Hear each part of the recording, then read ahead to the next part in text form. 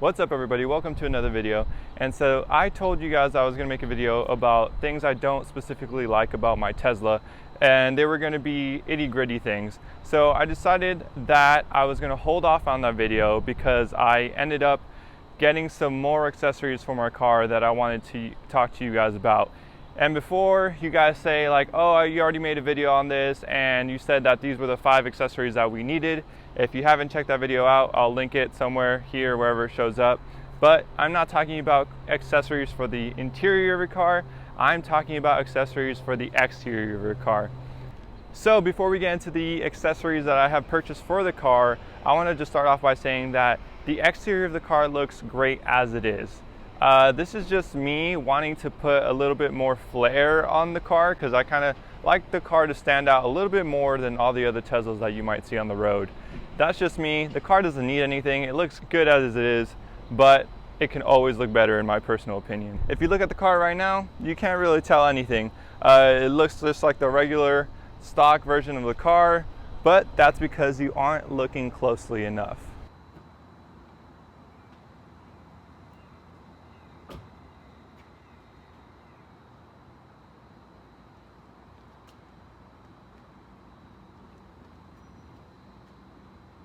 So the first accessory I got and that I'm going to talk about is one of the most subtle accessories that you won't really notice unless you're a real big Tesla fanatic or you're just keeping up with all the Tesla updates. So as most of you know, or if you watched my previous video, I mentioned how I really like that the new cars are coming with chrome delete. And by chrome delete, it's just basically this area that all used to be chrome right here is now black, as well as these side handles here, and even the cameras that are right here. So this is all now black, and it used to be kind of a silver. Depends on how you like your car to look. Some people say that chrome looks a little bit more like a luxury car, and then when it's blacked out, it looks a little bit more sporty. Personally, I like the car to be to have chrome delete all throughout, and so that's why the next accessory and the first one that I got for the exterior of my car was this one. So Teslas are still coming with this Tesla symbol right here being chrome, and I recently purchased this little decal from Abstract Ocean. So this little decal you can get in different colors. So right here, the one that you're seeing is matte black, because I thought that the matte black kind of went better with the chrome delete, but they have all different colors. You can get it white, you can get different shades of black, you can get gloss black, matte black like I mentioned, and satin black, all those other different kind of colors. It comes with this front sticker as well as a black sticker for the back of the car, which I will show you in a little bit. The price of the sticker was about 20 bucks.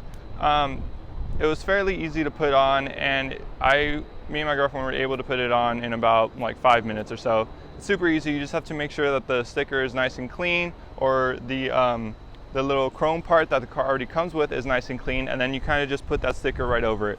So it's an easy process and doesn't take too long. So that was the first accessory that I bought. And now we're moving on to the second accessory, and guys, it only gets better from here. So the second accessory that I got has 2 reasons behind it. One, it's because first of all, it makes the car look a little bit better, and 2, it actually has a purpose to protect the interior of the car. And as soon as I said that, most of your heads should be going off, and you should already know that I'm talking about window tinting. So for those of you who already know, the back windows already come tinted. The reason I made this little symbol is because the back windows aren't really tinted. They have a dye that is mainly there for privacy reasons, so that it's just like it's darker, people can't tell what's in the back of the car, they can't see the passengers in the back of your car, but it doesn't really have a purpose in that it doesn't protect your seats or the interior of the car from the sun. So I did not replace the back window because personally I like the tint mainly for privacy reasons, and as long as the back window is looking good, I don't really mind it not having that sun protection. When it comes to the front window, I decided to get a 40% tint on my windows. Sure, I would have liked it to have matched the back of the car and been a little bit darker, but unfortunately here in California, the state does not allow a tint darker than 70%. And for those of you guys not familiar with tinting, the percentage of tint just means the amount of sun that is able to go into the car. So at 70%, the car is receiving 70% of sunlight going into the car. And as you go down, so for example, the tint I got is a 40%. So that means that 40% of the sunlight can enter the car. I would have liked for the front to match the back. The back tint or dye is, I looked it up, is around 20%. So if you want the front to match the back, it has to be around a 20-ish% tint.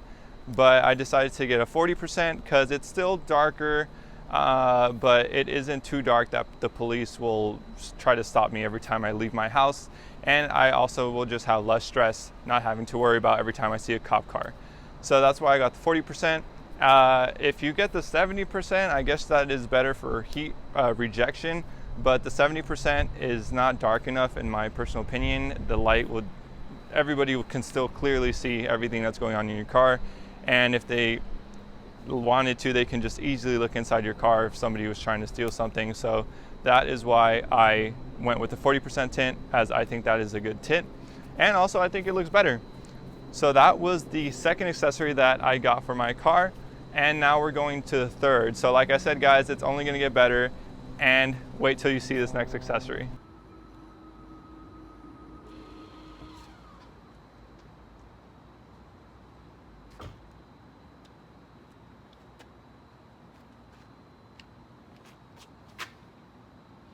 All right, so now looking at the back of the car, you guys can already tell that there is a major difference. So like I said, in the first accessory that I talked about the little Tesla decal.